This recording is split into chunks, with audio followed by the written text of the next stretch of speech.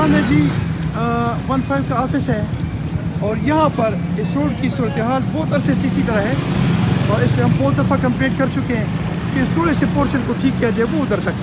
تاکہ یہاں پر جو ایکسیڈنٹس کا خطرہ ہے وہ بھی کم ہو اور لوگوں کو تکلیف بھی کم ہو۔ اچھا، اب یہاں پہ مین جو ایشو تھا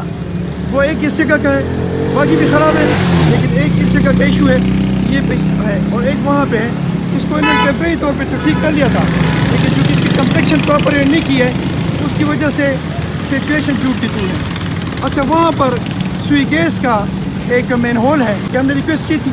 اس کی کٹائی کی جائے، اس روڈ کے ساتھ اس کو برابر کیا جائے، تو اس کی انہوں نے کٹائی تو کر دی ہے، اس کو برابر کرنے کی بھی کوشش کی ہے، لیکن شاید یہ اس میں ناکام ہے، اور یہ سچویشن ہے۔ اب آپ یہ دیکھیں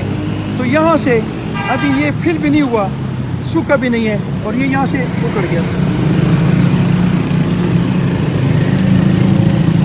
تو میں کہتا ہوں کہ اگر آپ تھوڑا سا اپنا ایمانی جذبہ بیدار کریں اور اس دھرتی کو ماں سمجھیں تو یو کین اچیو دا گول۔ السلام علیکم ورحمۃ اللہ وبرکاتہ۔